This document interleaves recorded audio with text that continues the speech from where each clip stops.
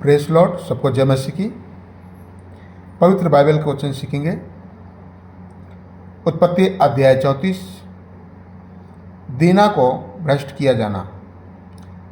एक दिन लिया की बेटी दीना जो याकूब से उत्पन्न हुई थी, उस देश की लड़कियों से भेंट करने को निकली। तब उस देश के प्रधान हित्ती हमोर के पुत्र शकेम ने उसे देखा और उसे ले जाकर उसके साथ कुकर्म करके उसको भ्रष्ट कर डाला। तब उसका मन याकूब की बेटी दीना से लग गया और उसने उस कन्या से प्रेम की बातें की और उससे प्रेम करने लगा। अतः शकेम ने अपने पिता हमोर से कहा, मुझे इस लड़की को मेरी पत्नी होने के लिए दिला दे।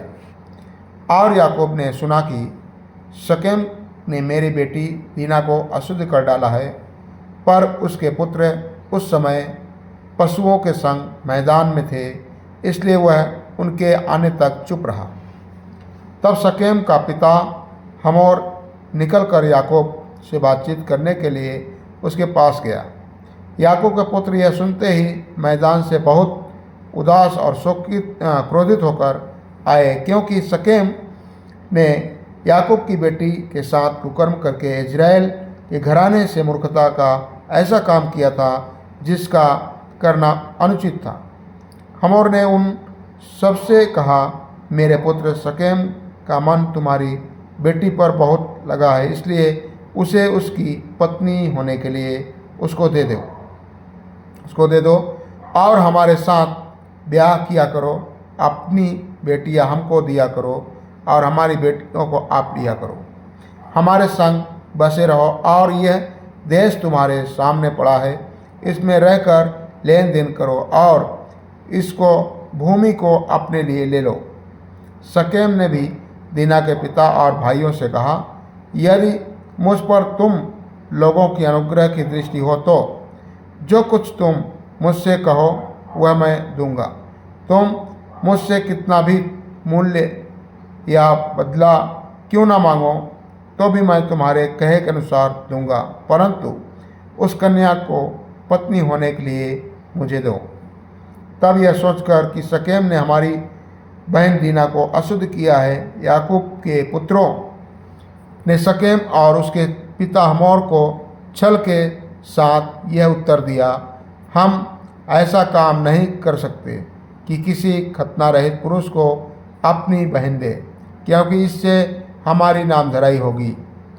इस बात पर तो हम तुम्हारी मान लेंगे कि हमारे समान तुम में से हर एक पुरुष का खतना किया जाए, तब हम अपनी बेटियां तुम्हें ब्याह देंगे और तुम्हारी बेटियां ब्याह लेंगे और तुम्हारे संग बसे भी रहेंगे और हम दोनों एक ही समुदाय के मनुष्य हो जाएंगे।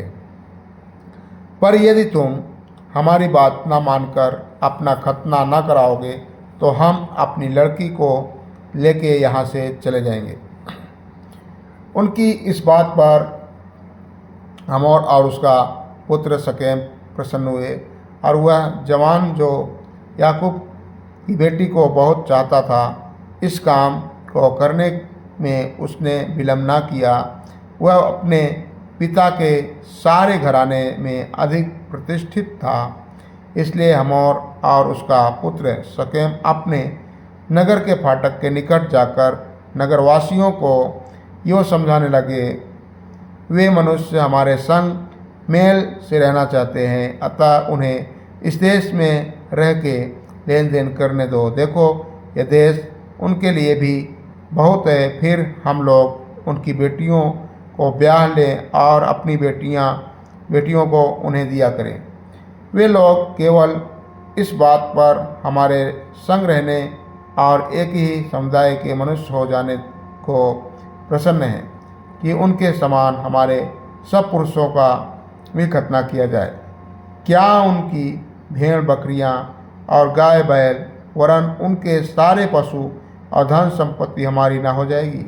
इतना ही करे कि हम लोग उनकी बात मान ले तो वे हमारे संग रहेंगे।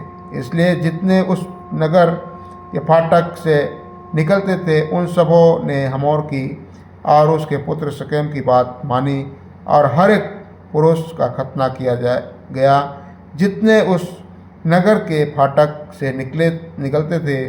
तीसरे दिन जब लोग पीड़ित पड़े थे, तब ऐसा हुआ कि शिमोन और लेवी नामक याकूब के दो पुत्रों ने, जो दीना के भाई थे,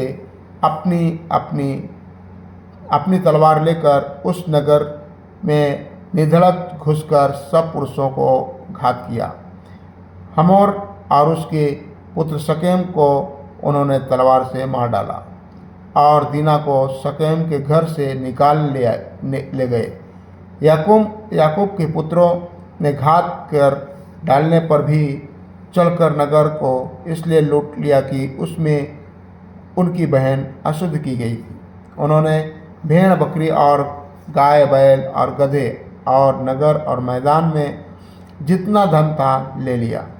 उस सब को और उनके बाल बच्चों और स्त्रियों को भी हर ले गए, वरन घर घर में जो कुछ था उसको भी उन्होंने लूट लिया।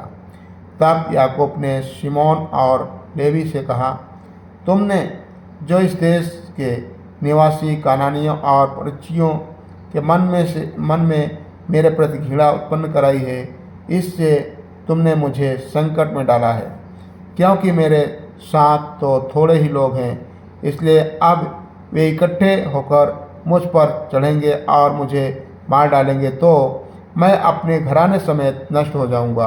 क्योंकि कहा क्या वह हमारी बहन के साथ एशिया के समान बर्ताव करें। हालेलुया। प्रभु का धन्यवाद हो। ये वचन सुने और समझें और प्रभु की महिमा करें। आमीन।